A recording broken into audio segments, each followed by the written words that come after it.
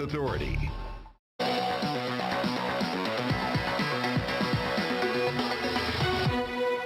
24 seconds away from the opening bow this morning. Good morning to you all. Equities right now negative 0.1% on the S&P. Coming into Tuesday after the close on Monday at highs we have not seen going back to April of 2022. Equities on the Nasdaq down by about 0.2%. Earnings so far this morning not bad. Retail sales in America just about okay. Here's your opening bow. Switch at the board and get to the bond market. Yields shaping up as follows. Down 4 basis points on a 10-year, 376.58. Yields tracking lower over the last couple of weeks, particularly last week after the CPI report, PPI as well, and a bunch of other disinflationary reads. On a 2-year, we're down 4 basis points to 470. My attention over the last week, though, on the euro. The euro against the dollar, 8 consecutive days coming into Tuesday of euro strength against the weaker dollar, 112.31. You make it day 9. That's the longest streak going back to 2004. Right now, just slightly negative on that currency pair by 0.04% at 112.31. Right now, about 40 seconds into the session, we're negative 0.1% on the S&P. Let's wrap it up for you on the Nasdaq. We're down by about 0.2. The sector to watch at the open, the financials. Bank of America, Morgan Stanley reporting better than expected earnings as a result of higher interest rates. Katie has more. Hey, Katie. And you're seeing that rally build as the bell rings. If we focus on Morgan Stanley again, we know that trading revenue was a disappointment. We know that deal making was down. It's been a very tough environment. But if you look at the shares, what's cushioning the blow here is that record wealth management revenue really delivering a beat there. You can see that's being reflected in the shares, currently up about 2%. Schwab, a really interesting story. Deposits did fall in the second quarter to the tune of 7%, but less than feared. Total deposits clocked in at about $304 billion. The estimates had been for $298 billion.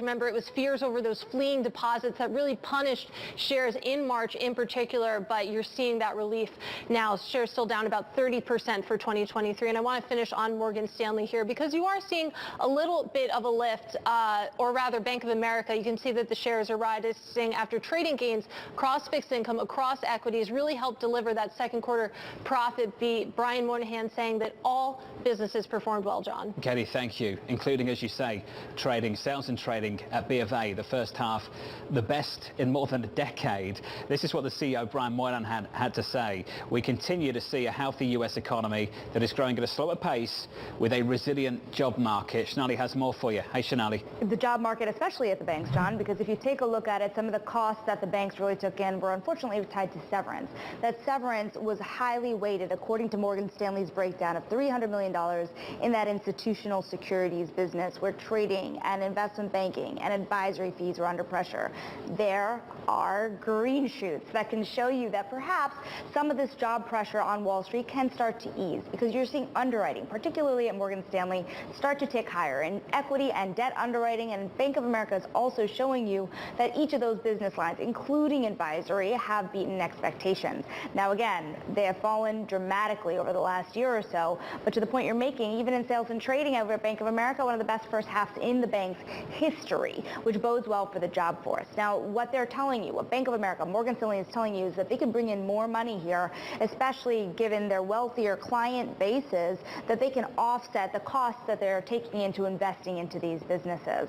So let's see what this means in terms of returns for the rest of the year, because certainly they have been under pressure and certainly costs are high. But for now, they're bringing in the money. Shanali, you pointed this out a little bit earlier this morning after the release. When a bank like Bank of America says the consumer is doing okay, am I getting a read on the U.S. consumer or just a read on the customer at Bank of America? This is why there has been such a big flock to the big. Now, the Bank of America FICO score has inched higher over the last several years, now above 770. That is a very limited base of consumer there, John. And remember, when you're looking at the biggest banks, Bank of America, JP Morgan, it is credit cards. Citigroup, it's credit cards that is making them money. How much more steam is really there to leverage up on credit cards? The spending at Bank of America is mostly on travel and entertainment, as you would expect after a pandemic. but can you keep on spending money on $1,500 airplane tickets to Europe? I don't know how long that goes out for. That felt personal, Shonali. That felt very personal. I wanted to say, 1:30 Eastern Time, you're going to be sitting down in conversation with James Gorman, the Morgan Stanley chair and CEO. Is this about the earnings or about the what next to the top of that bank? It's about the future. Bank of America, Morgan Stanley, a lot of these capital rules are coming to those fee-based businesses and the trading desks where value at risk has been rising over the last couple of years at each of these banks. You don't bring in the money without taking on that risk, and the regulators are telling you they want you to make less money. Shonali, looking forward to this. James Gorman, Chairman, CEO, Morgan Stanley, 1:30 Eastern Time, sitting down in conversation with Bloomberg's Shonali Basak. Shonali, thank you. Looking ahead to Goldman Sachs earnings tomorrow as well. We'll wrap up the big banks on Wall Street tomorrow morning. Looking forward to doing so. Let's stick with the financials. Odeon Capital upgrading shares of Citi, writing this. While interest rates may be close to the peak in this cycle, they are not expected to drop meaningfully. Citi benefits from higher rates, unlike many of its peers. We raise our rating on Citi to buy from hold.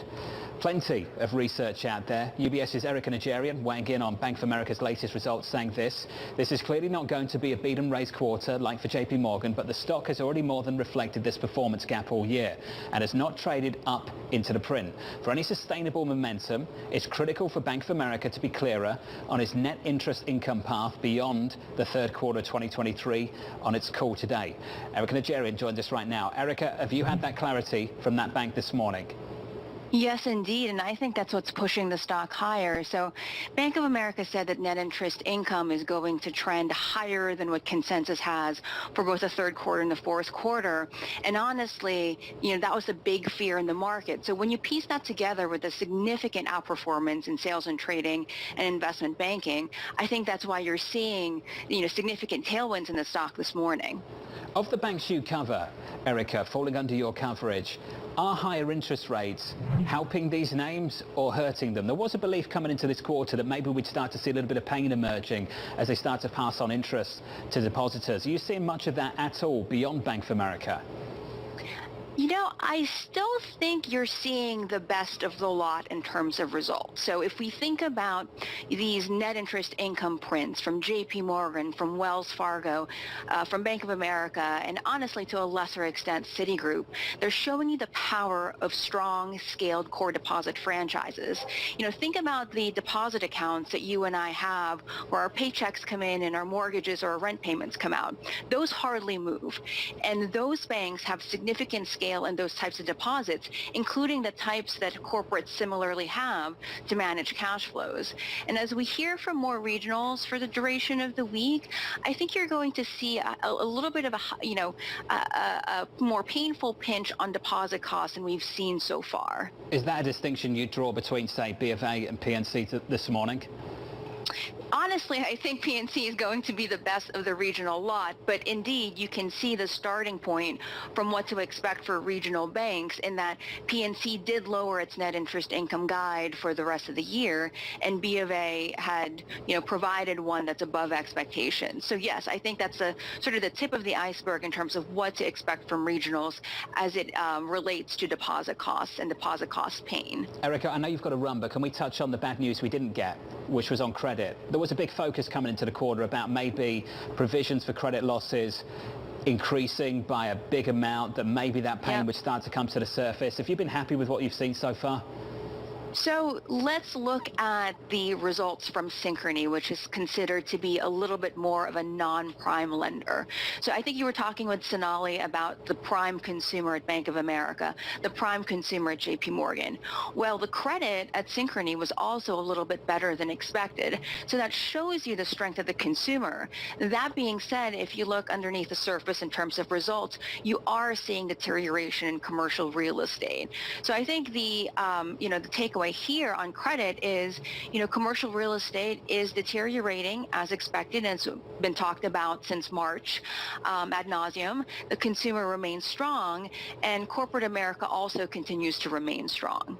Erica, thank you for being with us today off the back of those earnings. Thank you. Eric Najarian there of UBS on Bank of America on PNC. Another banking environment right now with those stocks doing okay for Bank of America, for Morgan Stanley. PNC just a little lighter, softer, lower in early trading. Evercore's Julian Emmanuel highlighting the muted move that you've seen in bank stocks over the last week off the back of better than expected results. He said this: initial reactions reinforce the notion that a high bar has been set. Today's trading will help shed light on whether the indifferent reception was a preview for the 2Q earnings season to come.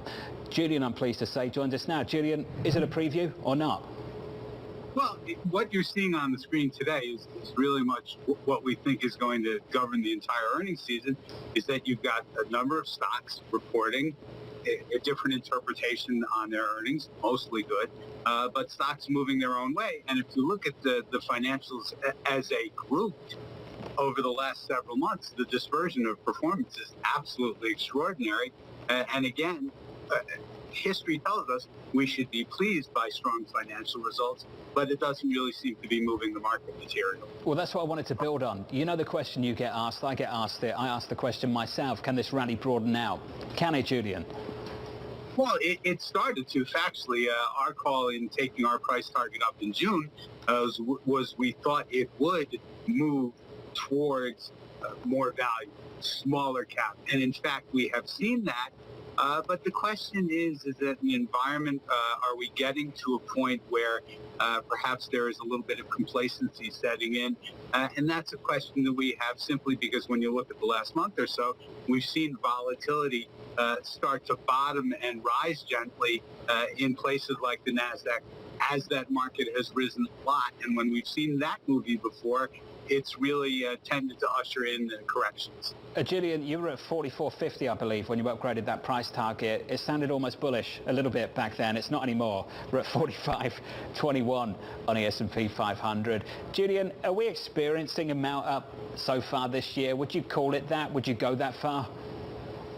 Well, so, John, as you know, it's literally almost a strategist short squeeze, is that our price target of 44.50 basis the ones that are published in Bloomberg is actually one of the higher ones.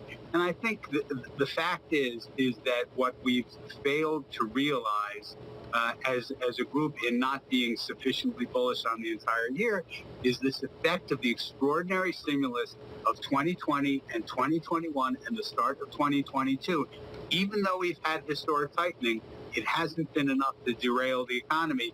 We do think that's sometime in the future. Ed Hyman's calling for a recession for late this year and early next. But again, what we've seen from markets from time to time, and actually more frequently since the financial crisis, is that markets continue to move higher until right before the economy turns. Julian, this is the challenge, I think, for anyone out there at the moment. In the market, out the market, in cash, in tech, riding those names high, whatever.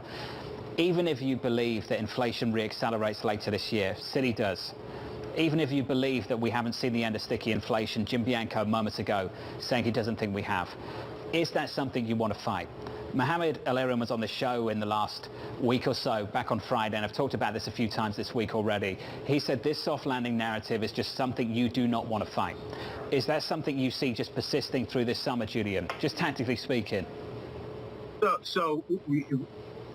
The phrase "do not want to fight" is probably apt. What we're recommending is you stay fully invested, but the options market is actually giving you a ticket to quote unquote stay on the bus because of the interest rate structure that we have and because of the volatility structure. So you can actually take out insurance that doesn't really cost anything, and you don't start to degrade your performance until 10, 15% higher in selected names. It's very difficult for, the bears are close to capitulating and the bulls are seeing some warning signs that, again, we're very, very extended.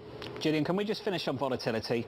I remember a wise man, I think he was at a Swiss bank at the time, took me out for lunch and we had a long conversation about vol. You remember that conversation, late 17, early 18, and you were warning about what was taking place. You got any warnings now in any way, shape or form what's happening on that front? Well, it's the one thing I alluded to earlier with stocks and volatility rising, but it actually the funny thing about this market, it has been fantastic for stock pickers, and that's reflected in correlations, which have driven the volatility, but correlations are at the lows of the last 2 decades. A low that we saw at the end of 2017, just before that event, Volmageddon, in early 2018, which is why we're saying stay invested, but stay hedged, because the market affords you that. But again, it doesn't kill the concept of potentially making new all-time highs in the next 12 months. It just potentially derails that, making it a later rather than sooner idea. Grilled octopus at a Greek restaurant. Julian, that was a good time. We should do that again. It's good to see you. Julian Emanuel there of Evercore on comparisons going back to early 2018 and some of the things we're seeing develop right now on the screen. On the S&P 500, we're about 14 minutes into the session, just about turning positive. On the NASDAQ, slightly negative this morning. On tech, coming up, the Biden administration looking to restrict tech investments in China. Well, first of all, I want to say that what we're doing is not tit for tat. What we're doing is putting in place controls that are designed to protect U.S. national security. From Washington, D.C., Anne-Marie, up next.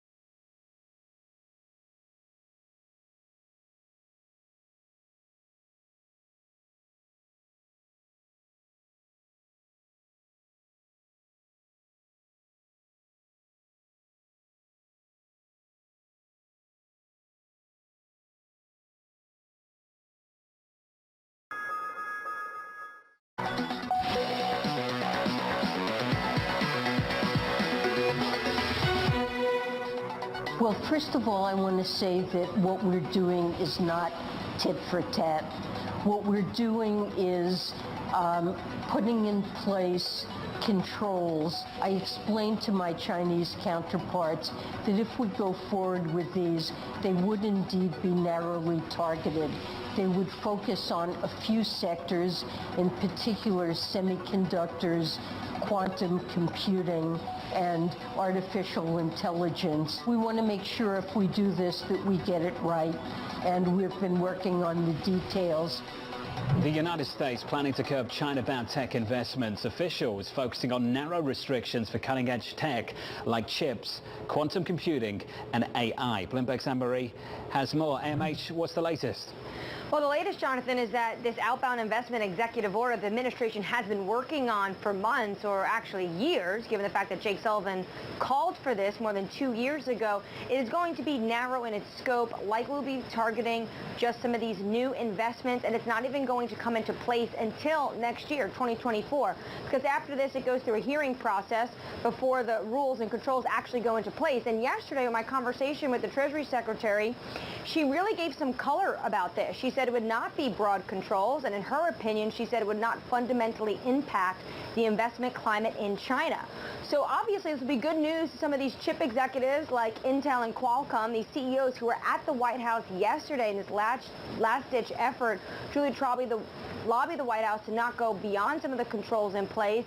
But it's going to be very difficult for the China hawks in Washington, D.C. who want to see even more broad scope controls about investing in China. Anne-Marie, thank you, and fantastic work over the last 24 hours with Secretary Yellen just pushing this story forward together with the team down in Washington. Let's stick with tech. The Microsoft Activision deal might take longer than expected. Bloomberg learning the $69 billion sale is unlikely to close by today's deadline as the companies continue seeking final regulatory approvals. Ed Ludlow has more for you. Morning, Ed.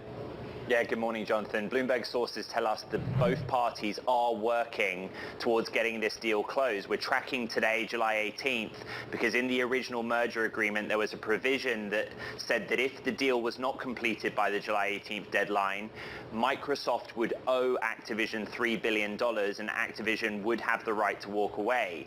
What sources told me last week was there is no intention for either side to let that happen. There are a number of avenues that they can go down.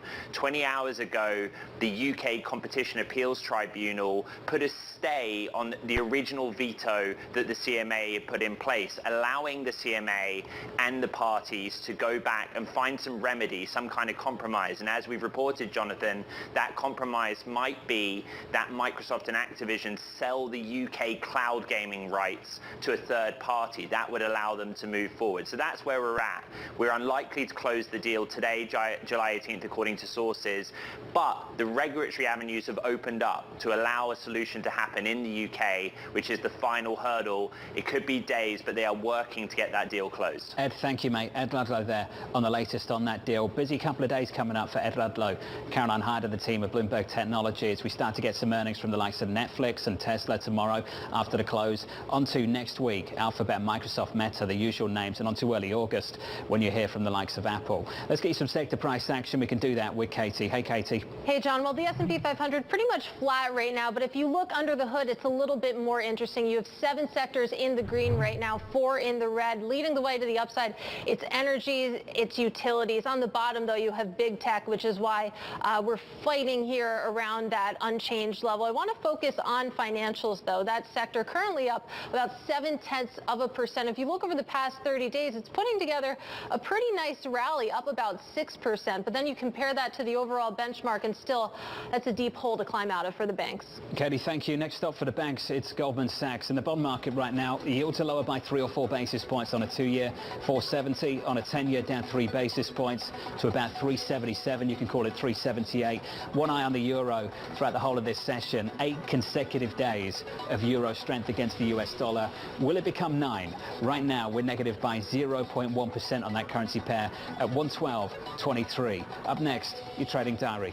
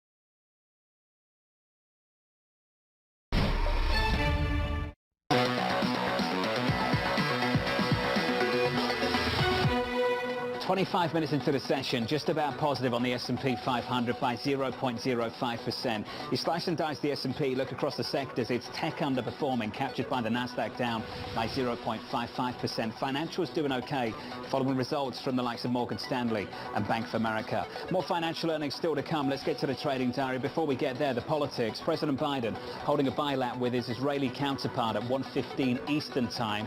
More bank earnings. Remember Western Alliance, big focus on the regionals over the last 3 months. They report results after the closing bell, followed by Goldman Sachs tomorrow morning, Zions Bancorp and First Horizon. We'll also get earnings tomorrow after the close from Netflix and Tesla, and then we'll round out the week with more results on Friday from Fifth Third, American Express, and a whole lot more. From New York, that rounds out the morning for me. Thank you for choosing Bloomberg TV, and good luck for the rest of the trading day. This was the countdown to the open. This is Bloomberg.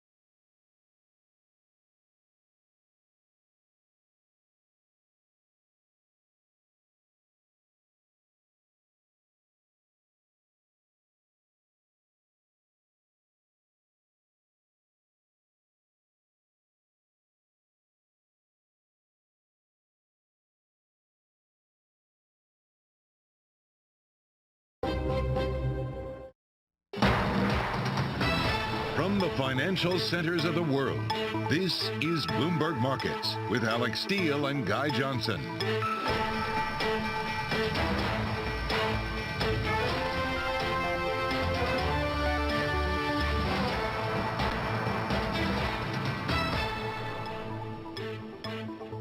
It's 30 minutes into the U.S. trading day on Tuesday, July 18th. Here at the top market stories we are following for you at this hour.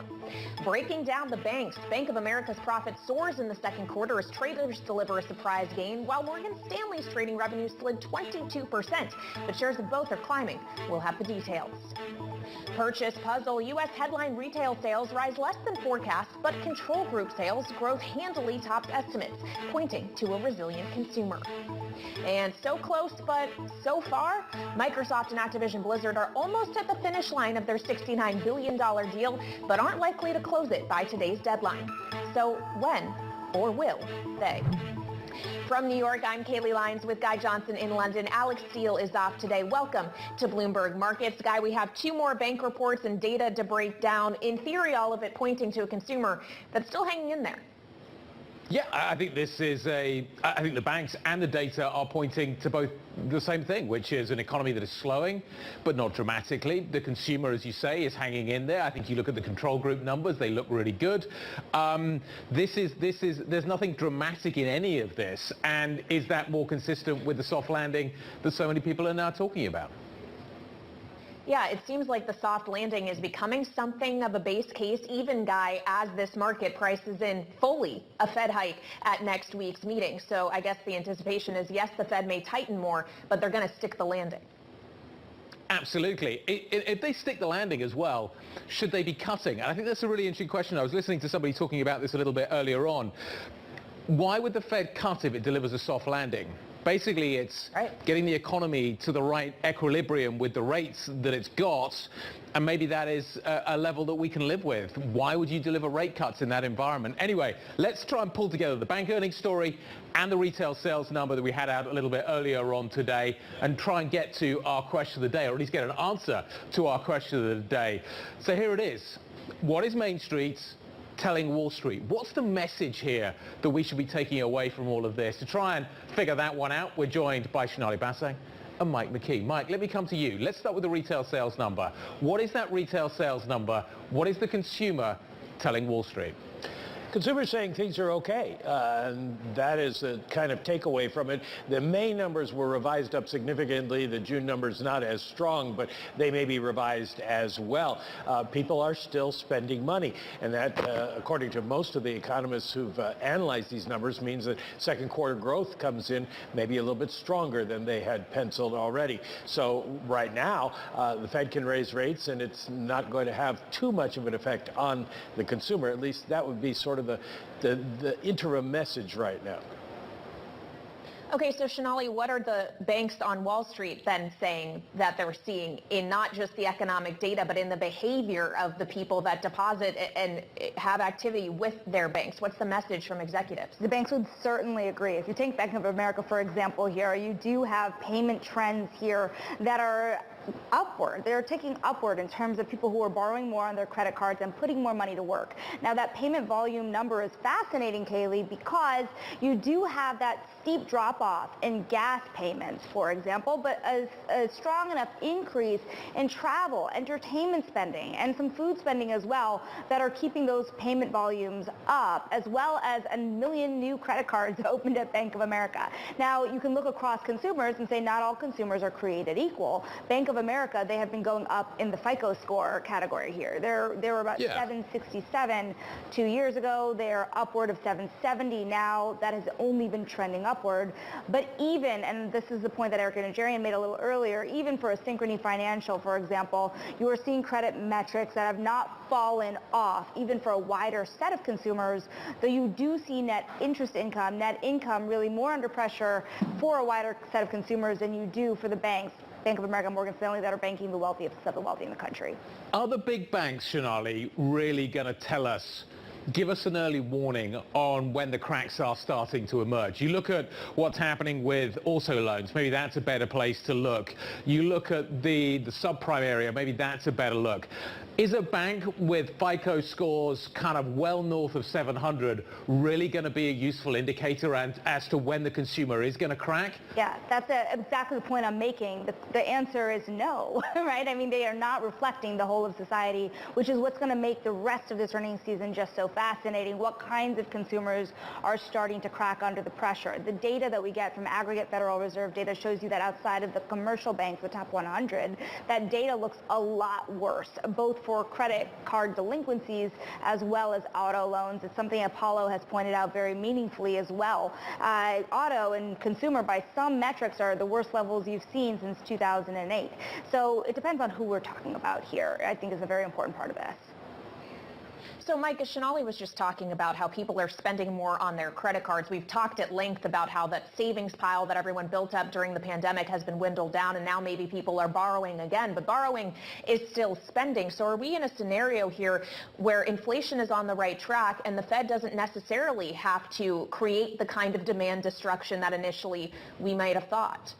Well, I think if you parse that a little bit, you'll get the right answer. The Fed may not need to do as much as people might have thought, but they still think they need to do a little bit more. The spending numbers and borrowing numbers show that people are beginning to pull back a little bit, and we did see Brian Moynihan from Bank of America today say on the earnings call that consumer spending is starting to show signs of slowing down, which is what you'd expect when the Fed is raising rates like this. It's what the Fed wants to see. Now, does that mean that people are going to crack, that spending's going to fall off dramatically? Not necessarily, and that's what the Fed is betting at this point, that they can raise rates a little bit more, they can put more downward pressure on inflation without consumers giving up. And we did have some good news last week with CPI, because now for the first time since the pandemic, people's wages are going up faster than inflation. So that gives them another way to spend money other than the savings they'd accumulated. Sonali, what does a soft landing mean for the big Wall Street banks? How will it work in terms of their business and their profitability? Well, the big businesses, the big banks, they want people to be employed and earning money like Mike was talking about here. So the idea that the employment doesn't fall off a complete cliff matters, because they want to still be lending people money. They want people to be investing. Fascinating over at Bank of America is you saw a very significant conversion for consumer accounts investing, which means that they're no longer just flooding their bank accounts with deposits. They are putting money to work in the market, which is also a sign of confidence. It also makes the banks some more money. So those wealth and investing businesses are important. So to the extent that you do see a soft landing, you can get out of here okay. But when you see activity start to stifle in the event of a hard landing, that is still something that has not been taken off the table for every bank. Are the banks, sorry to stay with Sonali, are the banks a good way to play the soft landing? In terms of how they're positioned now, what they look like right now, what investors are expecting right now, if we do get a soft landing, is a soft landing currently priced into the banking stocks? I guess is the question that I'm really asking. You know, I wish I could give you a blanket answer, but if you take a look at the KBW Bank Index, you have some banks here, Guy, that have sold off 40% or more. And that is a regional banking system that has a different set of pressures and costs. Bank of America, as of this morning, was trading below its book value. Does it deserve that, to be trading below its book value? There are pressures on costs for the banking system above and outside this idea of how much money they're bringing into the economy. But what Brian Moynihan is telling you here is a good example of, you know, the banks that can, and again, they're up almost 4%, more than 3.5% today. They're telling you that they're going to be making more money than they're putting out the door, and at a greater rate. And so they're willing to spend money here because they're positive enough about their ability to earn. So are they a good way to play the idea of a soft landing? Certainly many banks have sold off with the bathwater here, right? And so it's going to be a matter of parsing through those costs, and partially those costs tied to credit, as we've been talking about. Well, the bathwater Sonali is referring to, Mike, is the fact that we've seen multiple bank failures in 2023. There was a lot of concern about whether or not the system was fully stable, concern about deposit flight and the ability of banks to manage interest rate risk. That's something we have seen the Fed referring back to at each and every decision. So from the Fed's perspective, as they talk about how it has been unclear ultimately how all of it will ripple through the economy, the impact of the bank failures and the resulting changes in activity, how will the Fed be parsing through these results and then also the regional results we have yet to get, Mike? Well, they're going to be looking for what's on the balance sheet of these banks and making sure that the maturity mismatches in the available for sale and hold to maturity buckets are not too wide. The Fed officials I've talked to say that they're beginning to come to the conclusion that things are going to be okay. Credit is tightening, but that's to be expected under the Fed's tightening regime, and it doesn't seem to be that banks are particularly concerned that they're going to have trouble. And of course, the banks that went under in March, and we're now in July, and we haven't seen another one. So it does look like maybe we've got that behind us, other than just the generic tightening you expect to see when the Fed is raising rates. All right, knock on wood. Bloomberg's Michael McKee and Sonali Vasic, thank you so much for joining us. And don't forget, later today, Sonali will have an interview with Morgan Stanley's chairman and CEO, James Gorman. That's a simulcast on TV and radio at 1:30 p.m. New York time, so don't miss that. And don't miss our next conversation either. Coming up, we'll have more on our question of the day. What is Main Street telling Wall Street? We'll get an answer from Lisa Erickson of U.S. Bank Wealth Management next. This is Bloomberg.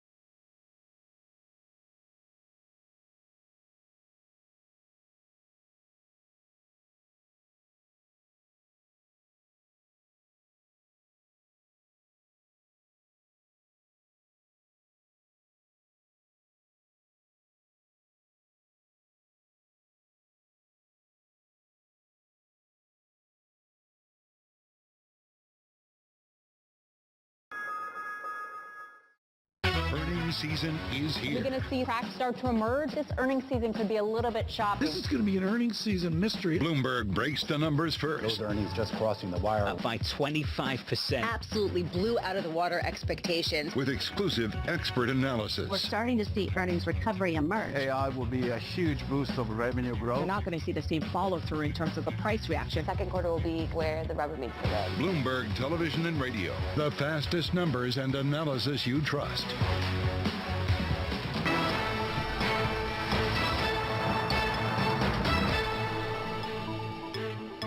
Bank stocks are on the move. Morgan Stanley up 5.9% and Bank of America up 4% after their results. Yes, it is about investment banking and trading, but also the picture they're painting of the U.S. consumer. So let's bring it back to our question of the day. What is Main Street telling Wall Street?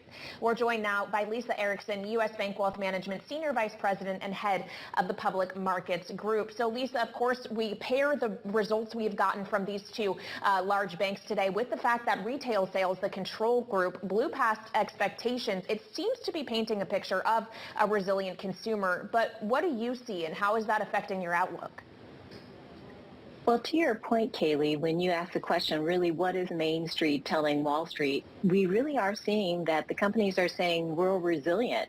And so if you go back to the beginning of the year with first quarter earnings, what you saw is that the positive momentum that we've had in the stock market has really been propelled by the fact that we got a lot of positive earnings surprise. And what we have going in here into the second quarter, really in the early read, again, earnings season is just beginning, nonetheless is still a continuation of that same trend where from a number of different companies, we're just generally hearing that our results are really been able to be managed to be resilient, and it is really on the back of continued spending both in the consumer as well as continuing CapEx. Lisa, good morning. It's Guy. Is this the proverbial soft landing?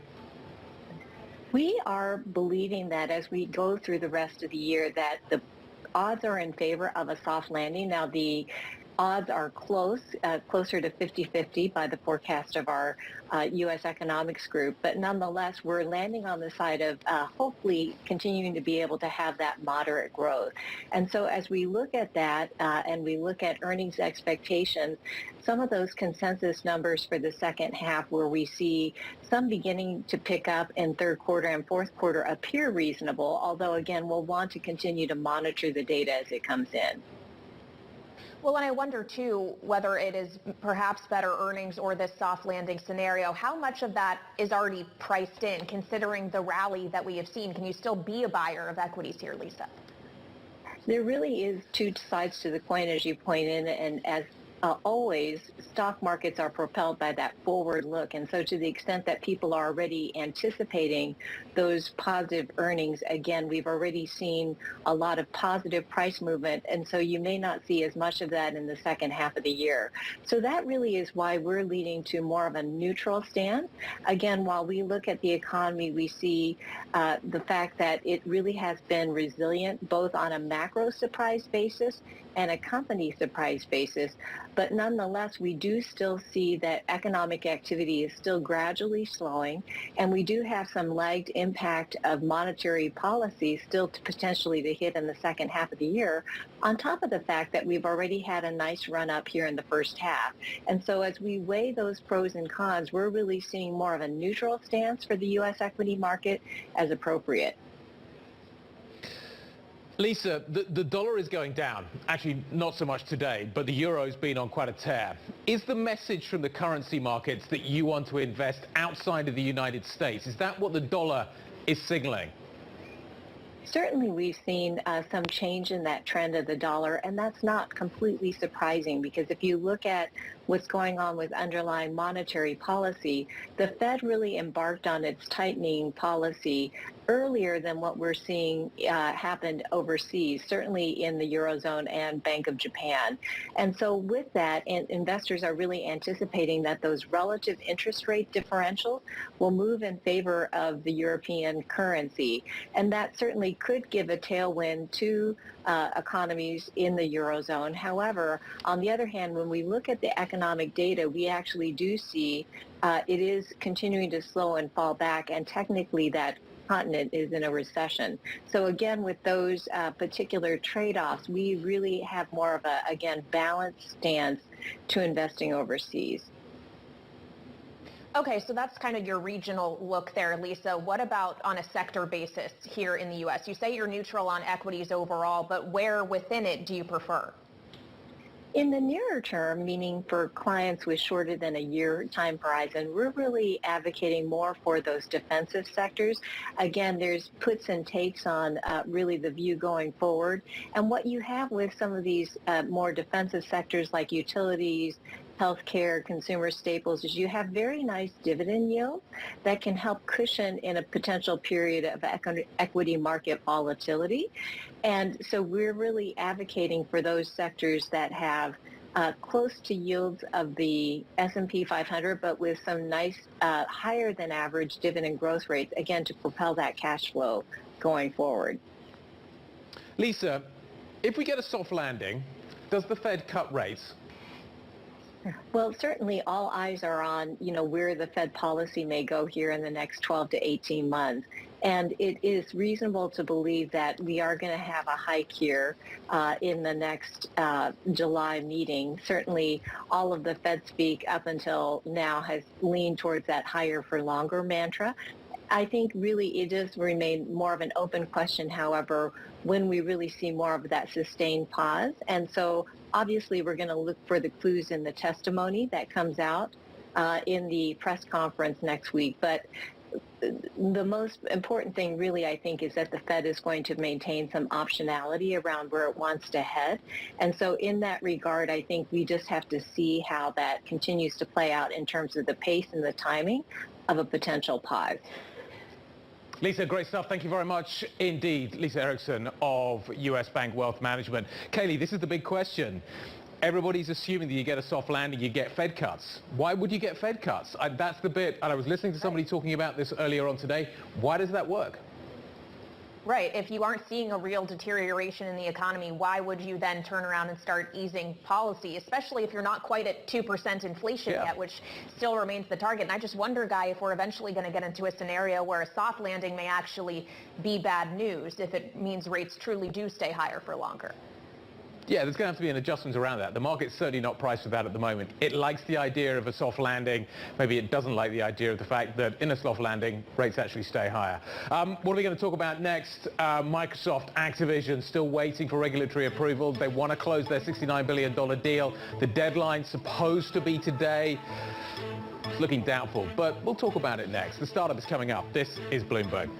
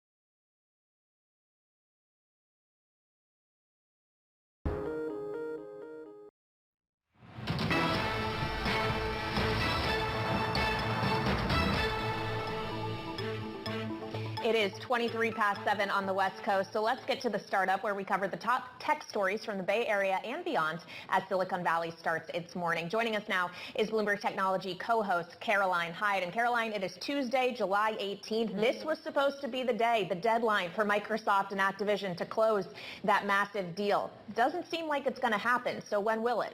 19 months on since this deal was first emerging, and it hasn't been a deal that's been made good in the deadline, but neither of the parties, we understand, are going to be walking away from this. They therefore can continue to proceed because they got the wind in their sails, it feels like, from a regulatory perspective, in a complete about turn. Of course, the US failing from the FTC perspective to put this deal on ice, and then the UK in an unprecedented move, the CMA saying, look, we will revisit, maybe you can make good and alleviate our concerns when it comes to competition, particularly particularly in cloud gaming. So it looks as though a deal looks still to be done. And remember, if they did walk away, well, it's painful in terms of monetary value. You've got Microsoft on the hook for $3 billion if indeed the deal is terminated to give to Activision, and Activision probably doesn't want this deal renegotiated in financial terms, considering, well, what's happened in the last 19 months. So I think it's in the interest of everyone, and certainly Bloomberg Intelligence thinks this deal likely does get done now, but it's going to take perhaps 4 or at least 6 weeks. August the 29th is when the CMA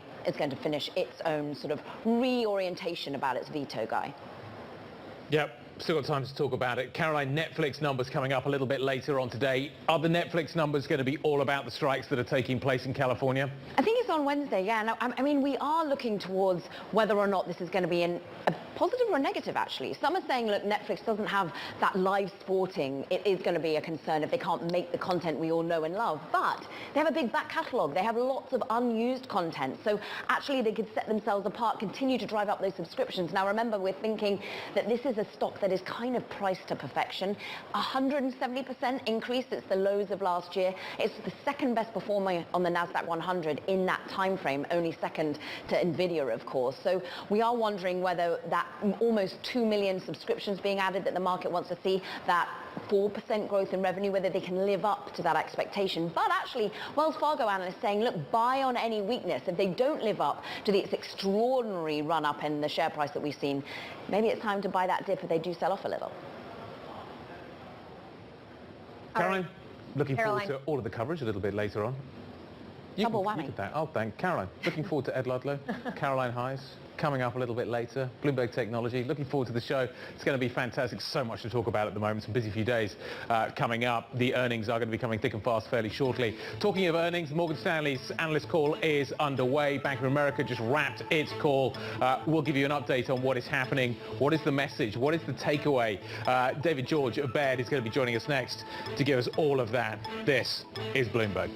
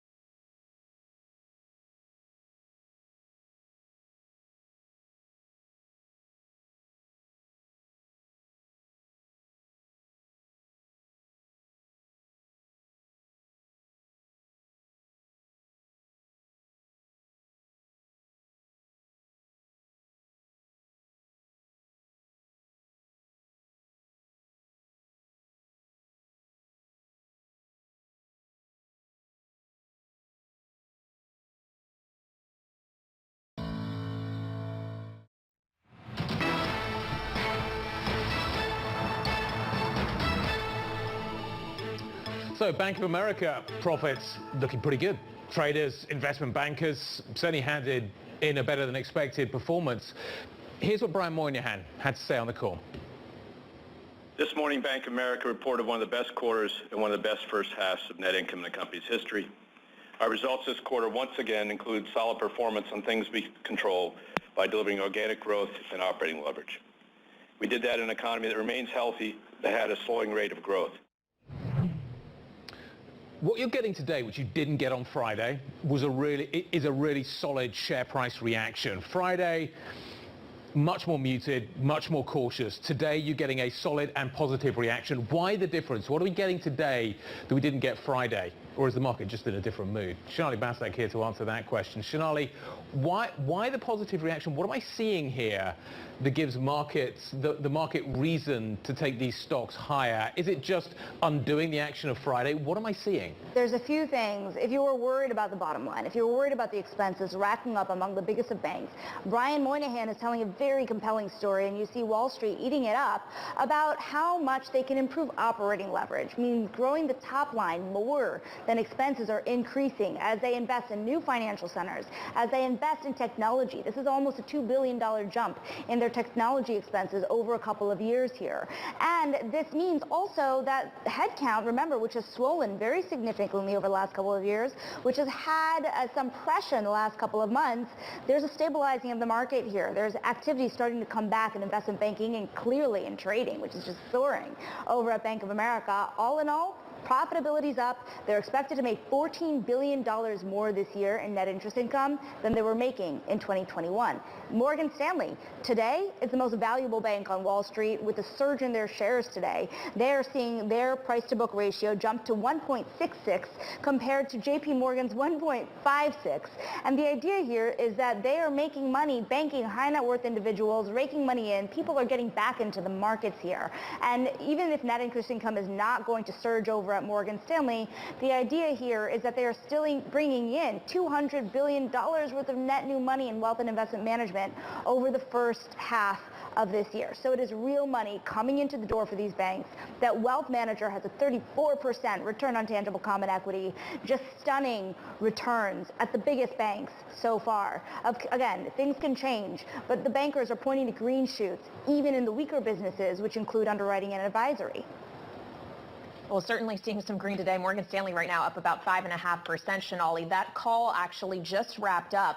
Interestingly, the last question Gorman answered was one related to regulation and whether he thought banks were being listened to by the regulators. He says it's one thing to listen, it's another thing to listen and act. The proof is going to be in the pudding. As Vice Chair of Supervision over at the Fed, Michael Barr is now laying out his Basel III endgame, essentially higher capital requirements. How should we be thinking about how regulation is going to change for these guys and maybe have an impact on their business? Well, there's two ways. One is that they're going to start targeting fee-based businesses in a greater form, just as we're watching Morgan Stanley pivot more into wealth management, and many of its rivals, Citigroup, Bank of America, also lean in, Goldman Sachs into wealth and asset management. At the same time, trading could also face more pressure, which has a bottom line effect. For Morgan Stanley, it matters a lot because you're going to see a changing of the guard. James Gorman's saying he's going to step down early next year. And so can the new guard make as much money under that new regulatory regime? You can expect that these banks are going to push back. Who is the new guard, Sonali? Why no news? So interesting, isn't it? Because it's a three-horse race. We've known this, and James Gorman has already answered on the call this morning that he's not. There are three candidates under consideration. He hasn't given a name yet. Clock is ticking, Guy. We're going to hear in the next couple of months. We're going to talk to him this afternoon. Hopefully, we'll hear at least the criteria they're looking for. Because if the asset manager, the wealth manager, are bringing in that much money, then does the trading head have to be the new head of Morgan Stanley when maybe trading is not the future? Yeah, I know Mr. Gorman's going to face some tough questions from you this afternoon, Sonali, on that and many other topics, I am sure. Bloomberg Sonali Basak, thank you so much. That interview with James Gorman, the chair and CEO of Morgan Stanley, will be taking place on both TV and radio at 1:30 p.m. New York time, so make sure to tune in for that. But let's get more on bank earnings now. David George, Baird's senior bank analyst, is joining us. He was just on the Bank of America call. He has a neutral rating on the stock, a $30 price target. Right now, that's about where Bank of America is trading today. David, thank you very much for joining us. The stock up about 4%. What's your read on the print today? Yeah, we thought the quarter was pretty good. Good morning again. Thanks for having me. I think the quarter was pretty solid. Again, sentiment towards banks over the last couple of months, as you know, in this so-called banking crisis that market participants are worried about. Yet these bank earnings look pretty good. Bank of America made, as you mentioned, almost $7.5 billion in just the last 3 months. In light of a challenging economy, a lot of concerns about credit, particularly on the commercial real estate side of things. And B of A continues to execute well. And as Brian Moynihan said, I think controlling the things that they can control was really very well said by him, and bank earnings so far have been so good. And again, given where the stocks are trading from a valuation perspective, again, many of these are trading at 5, 6, and 7 times earnings, and given where sentiment is and how underrepresented we think that institutional investors are in financials broadly, a lift in the stocks we think makes a lot of sense. David, when the economy starts to roll over, are we going to see the cracks anyway close to Bank of America and all these other banks? These are banks that have got FICO scores in the high 700s. Mm-hmm. When the economy finally does roll over, when are we going to see it show up with these institutions? Or are they going to be immune as we go into this downturn, if we get a downturn? Yeah, like most things in life, the answer, Guy, is somewhere in the middle, I think. As unemployment starts to normalize, we're of the view, and the economy starts to slow, which clearly it is. We think credit is going to start to show some deterioration and some cracks, as you mentioned. However, we think it's going to be pretty manageable in the context of where street estimates are. We and many of our peers on Wall Street are already incorporating fairly notable increases in both provisions and losses for the balance of 2023 and into 2024. So fortunately, we think the stocks and estimates are already incorporating that. Clearly, credit has nowhere to go but up from a loss perspective. But again, given where the stocks are trading, there's a very high margin of safety, in our opinion, given where the economy and credit sits today. Of course, there was a lot of concern around the idea of a potential credit crunch in the immediate aftermath of the bank failures we saw this spring, David, and a lot of that conversation centered around the idea of deposit flight. What are you seeing in that regard? How does the deposit picture paint for you?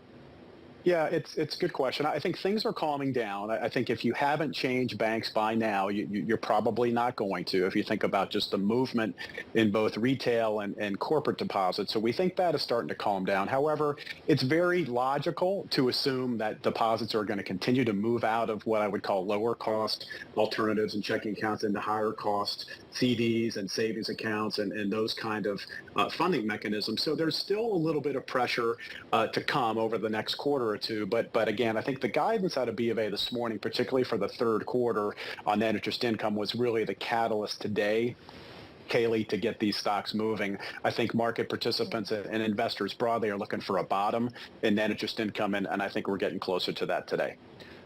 David, what is the difference going to be between the big money center banks, the big banks we're hearing from this week, and what the regionals are going to tell us?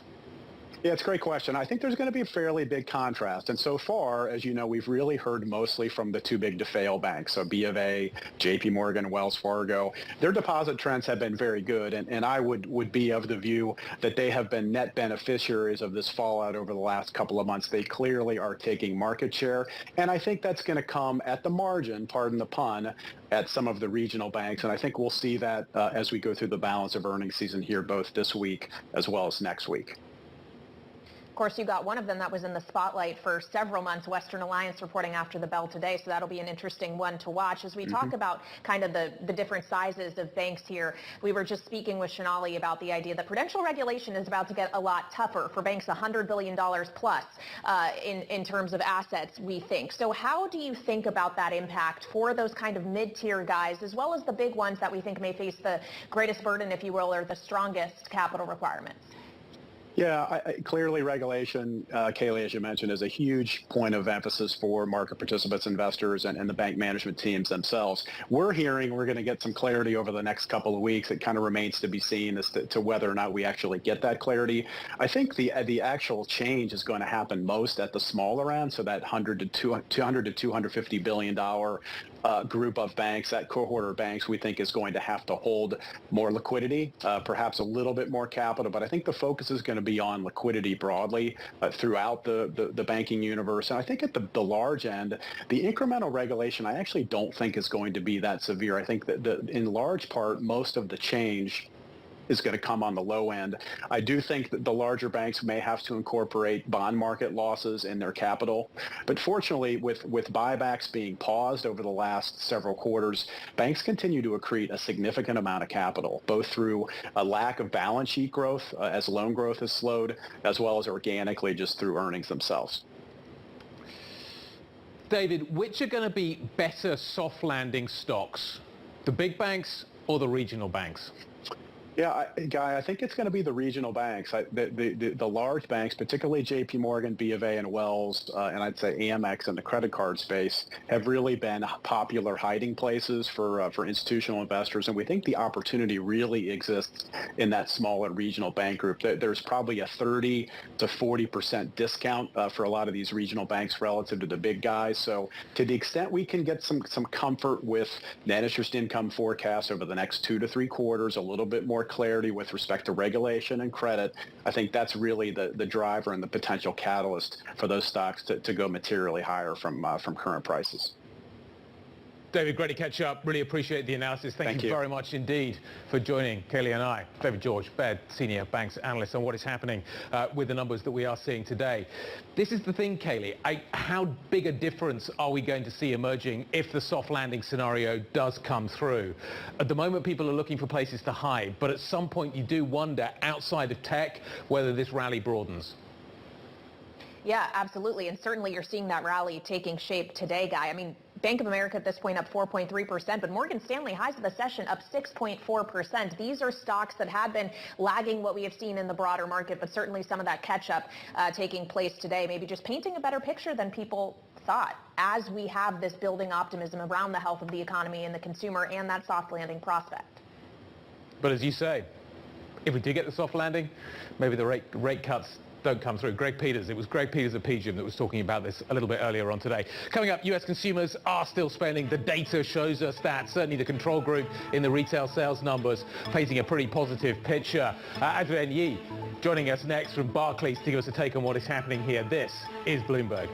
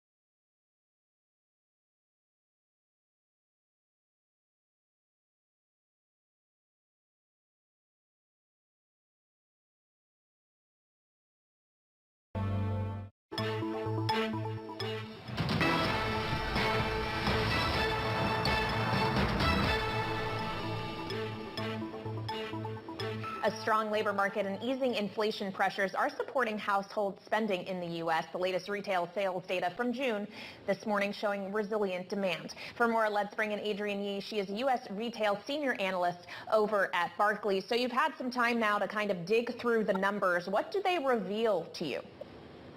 So they reveal what the CPI numbers were showing last week, right, which is that oil and gas are down, and that's being a net beneficiary to the consumer wallet.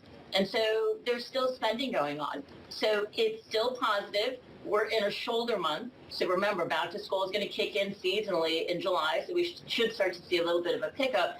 And I think the big takeaway that we noticed kind of in the numbers was the material deceleration in department stores within general merchandise, down 2.4% within 30 days, right, within the month. And in the pickup, right, 1.9% to non-store, which is basically e-commerce. This is not surprising from a general consumer behavior, post-COVID behavior. Remember, pre-pandemic, digital was outpacing stores. I like the idea of back to school. In fact, if we could do it now, that would be absolutely fantastic. Let's talk a little bit about what this data is signaling big picture. Is this signaling a soft landing? Is the consumer settling into a soft landing, going back to normal, no stress here, nothing to see here, it's all good? I would say that we are definitely in the soft landing camp for sure, 100%. Guy, you know that we've been on before doing a ton of work on the supply side of the retail wholesale business. Within the U.S., consumer discretionary landscape, inventory is tight, super clean, and it's going to get completely fixed by the end of the year. That supply is like a coil, right? A coil of margin, right? That really just needs sort of sales to stabilize. So I think as we go into the back half of the year, there are many reasons to be negative, right? A couple more rate hikes potentially, but CPI was actually better than expected, so maybe that's not entirely on the table. And then the student loan repayment. And I would say that those are the two big macro things. We could have listed about 5 big macro things last year this time, and so this is the process in effect. As you talk about inventories now being better balanced and actually quite tight when they've been so imbalanced for so long, and we've seen so much discounting, Adrienne, does that mean that that's over? Just full price from now on? So this is the interesting thing. Last year, when retailers on average had probably on their books anywhere between 15 and 30% too much inventory, right? They had bought it all for safety stock reasons, and then demand didn't come through. Last year, the reason to promote was to purge that inventory, to get rid of it, right? Get it off your balance sheets, clean up the chain, right? The supply chain. This year, what we're seeing with the clean inventory is still heavy promotions. It's disturbing, right? Because what's now happening is you're using these promotions as bait, right, to drive traffic because sales aren't there. This portion of it, while we don't want to see it, is far less insidious to the P&L than the last year portion of it. So what I would say is you can still get out there, wait for those big holidays. They're going to be very chunky promos, back to school, Labor Day, Black Friday, right? We saw the pull forward of all these promotions on Amazon Prime Day. So they pulled it into July. Into the early part of July. So we're going to see that piece of it, on the 11th, 12th of this month. We saw all the promos, and the retailers follow suit. So it's going to be a nice promotional fall. Get out and get what you need. Alex Steele is not here to hear you say those words, but she'd be delighted to hear you say those words. Adrienne, what she might not be so happy about is what is happening with the department store situation. European luxury companies are pointing to a slowdown in high-end spending. Is the story consistent across the department stores? What's happening in department stores? Like, department stores in some ways feel like more of a social activity than anything else. Kind of break it down for me. How is the department store bit of the business doing versus the online bit of the business doing? So I'll break it down into two things, which is the kind of secular nature of, the driving force of consumer behavior pre-pandemic, right, was to not traffic in the stores as much and to actually, do your business online, super convenient, everything there at your, fingertips and then delivered at your door, super convenient.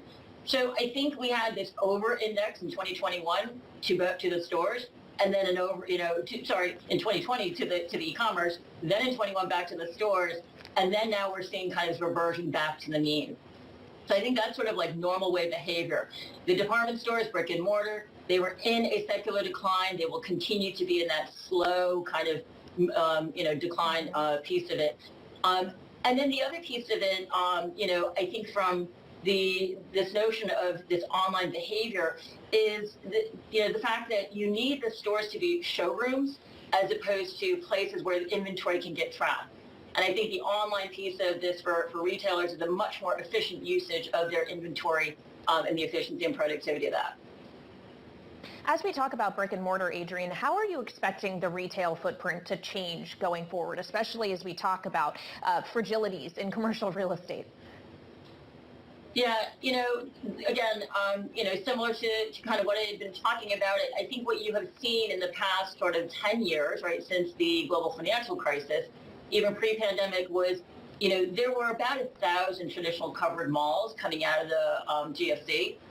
Today, the ones that you really want to be in are the A and B malls, which constitute about 500 of those. And the vast majority over the past 10 to 15 years of retailers who have those big footprints have really cleaned up those C and D level malls.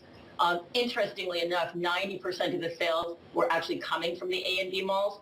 So I think you continue to see these, experiential, lifestyle, work, live, shop type environments. Those are really where the real estate choices are going to be made. Adrienne, great stuff. Thank you very much indeed. We always appreciate your analysis when we get these numbers. Thank you very much indeed for joining us. Adrienne Yee, joining us from Barclays. Kayleigh, in some ways, we're looking in the wrong direction to get a gauge on what is happening with the consumer. Retailing is important, but just the services side of the economy is so much more important at the moment. That's where the money's really being spent. Yeah, I mean, I couldn't tell you the last time I actually went to a mall or any store to shop. I do all of it online, which Adrienne was just talking about, but I go to a restaurant once a week. It's that experience economy post-pandemic kind of thing, just structural changes, I think, in consumer behavior, certainly my own. Yeah, and maybe some of that showing up in the other data. It's really interesting. The consumer, the retail story looks like it's settling down. It still looks okay. It's slowing. It's going back more to a sort of normal environment. It's where the services side is strong at the moment. And we were talking to the two hotel CEOs yesterday. They were painting a really positive picture still. And that is the side of the economy that the Fed's going to be looking at so much. Anyway, a conversation that's going to continue as we watch this data. This is Bloomberg.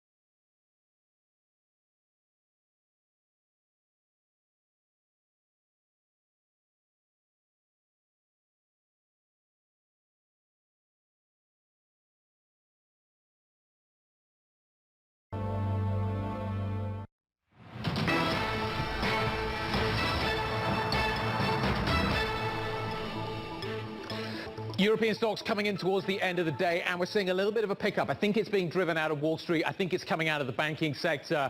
The banking results today do seem to be getting a much better reaction than we did Friday. You're seeing a whole range of sectors really driving the news here in Europe. The healthcare sector certainly benefiting from Novartis today out of Switzerland. That stock up nearly 5%. You've got a company here that is being pushed by investors to deliver a better pipeline. The existing drugs today, particularly in oncology, particularly in heart therapy treatments, doing okay. Maybe buying a little bit of time for current management to deliver on that pipeline. And that's why maybe the stock is tracking a little bit higher. Euro dollar, we are on the biggest run in 2 decades in terms of sequential gains for euro dollar. Are we going to continue that today? It's looking really touch and go, isn't it? 112.35 is where we're changing. We're absolutely at unch right now. We're going to carry on the conversation in the next hour. Much to talk about. The close is coming. This is Bloomberg.